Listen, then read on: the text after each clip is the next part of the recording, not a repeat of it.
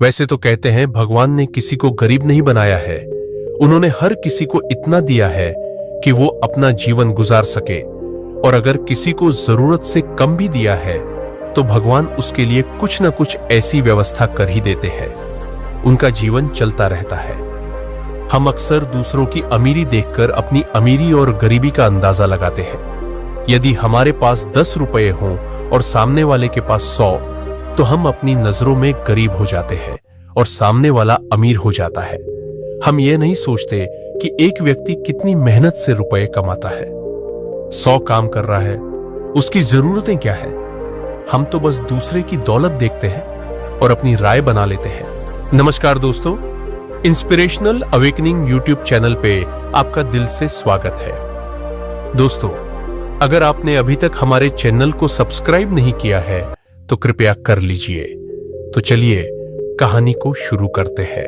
गौतम बुद्ध की आज की प्रेरणादायक कहानी के माध्यम से आप जानेंगे कि भगवान बुद्ध के अनुसार कौन धनवान और धनवान व्यक्ति होता है। साथ ही आप यह भी समझ जाएंगे कि गौतम बुद्ध हर व्यक्ति को अमीर क्यों कहते थे। गौतम बुद्ध की कहानी आपको बहुत प्रभावित करेगी और बुद्ध की इस प्रेरणादायक कहानी से मिली सीख आपके बहुत काम आएगी। एक बार की बात है, ऐसा हुआ, एक राज्य के राजा ने गौतम बुद्ध को कुछ दिनों के लिए अपने राज्य में आने का निमंत्रण दिया। बुद्ध ने उस राजा का निमंत्रण स्वीकार कर लिया और अपने कुछ शिष्यों के साथ उस राज्य में चले गए। राजा ने बुद्ध से मुलाकात की और उनसे कुछ दिन वहां रहकर अपने राज्य के लोगों की समस्याओं का समाधान करने और उन्हें धार्मिक मार्ग पर चलने की शिक्षा देने का अनुरोध किया। बुद्ध ने राजा की बात मान ली और इस राज्य में 3 दिनों के लिए एक धार्मिक परिषद आयोजित करने का निर्णय लिया। गौतम बुद्ध के आगमन की खबर पूरे राज्य में फैल गई और धार्मिक सभा के पहले ही दिन बहुत से लोग आए। उसी राज्य के चौराहे पर एक भिखारी बैठा रहता था।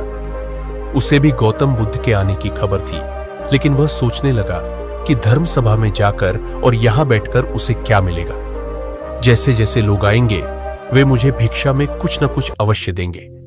पहले दिन कई लोग आए और इस भिखारी ने अच्छी खासी कमाई की।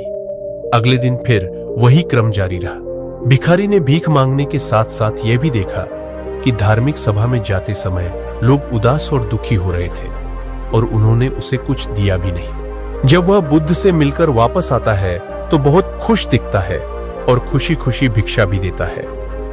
यही सोचते सोचते दूसरा दिन भी बीत गया। तीसरे दिन जब बहुत कम लोग आए तो भिखारी परेशान हो गया। उसने कमाई नहीं की। उसने सोचा कि बुद्ध तो सबकी समस्याओं का समाधान दे रहे हैं, तो क्यों ना मैं भी उनके पास जाऊं और अपनी गरीबी दूर करने का उपाय पूछूं। ऐसा सोचकर वह भी धर्म सभा में गया, लेकिन वहां लंबी कतार थी। बड़ी मुश्किल से उनकी बारी आई। बुद्ध के पास पहुंचकर उसने प्रणाम किया और कहा, प्रभु, इस गांव में सभी लोग सुखी है और सभी लोग धनवान तथा सुख सुविधा संपन्न है, फिर मैं गरीब क्यों हूं? तुम गरीब हो क्योंकि तुम हमेशा दूसरों से मांगते रहते हो, लेकिन कभी किसी को कुछ नहीं देते हो। भगवान बुद्ध ने उस भिखारी को देखा। आपको लगता है कि लोग तुम्हें भीख में बहुत सारा धन देंगे, लेकिन आप किसी को बदले में कुछ भी नहीं देना चाहेंगे। यह सुनकर भिखारी बड़े आश्चर्य से बोला, हे प्रभु, क्या मैं लोगों को कुछ दूंगा? मैं भीख मांगकर ही गुजारा करता हूं। मेरे पास देने को आखिर है क्या? बुद्ध कुछ देर के लिए चुप हो गए और कुछ देर रुककर बोले, तुम बहुत मूर्ख हो। भगवान ने तुम्हें और हम सभी को किसी को देने या दूसरों के साथ बांटने के लिए बहुत कुछ दिया है। तुम्हें एक मुस्कान दी है जिसे आप दूसरों के साथ साझा कर सकते हैं और उन्हें आशा और उम्मीद दे सकते हैं। तुम्हें आवाज दी गई है जिससे तुम मीठे बोल बोलकर लोगों की प्रशंसा कर सकते हो।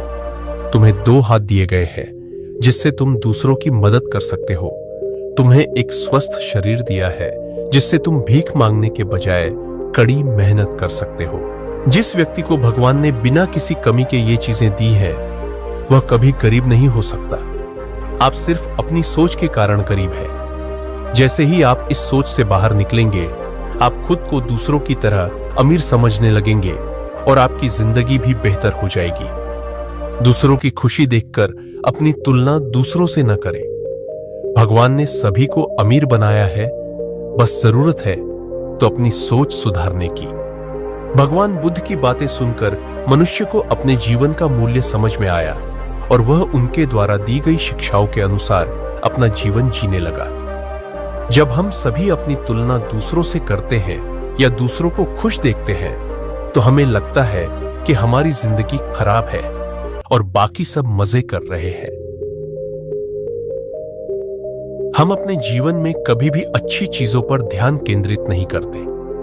हम कभी यह नहीं सोचते कि भगवान ने हमें स्वस्थ शरीर दिया है, जो सबसे कीमती चीज है। आप कितने भी अमीर क्यों ना हो, अगर आपका शरीर उपयोगी नहीं है तो वह पैसा भी किसी काम का नहीं है। और वहीं अगर आप गरीब हैं लेकिन आपका शरीर बिल्कुल स्वस्थ है तो आप अपने आप में एक अमीर व्यक्ति है। कोरोना काल में हम सभी ने देखा है कि पैसे से ज्यादा जरूरी स्वस्थ शरीर है। तो दोस्तों, कैसे लगी आज की ये वीडियो और आपको इस कहानी से क्या सीख मिली, ये आप हमें कमेंट बॉक्स में कमेंट करके जरूर बताइए। अगर आपको भी भगवान बुद्ध की शिक्षा अच्छी लगती है तो कमेंट में नमो बुद्धाय जरूर लिखें। धन्यवाद।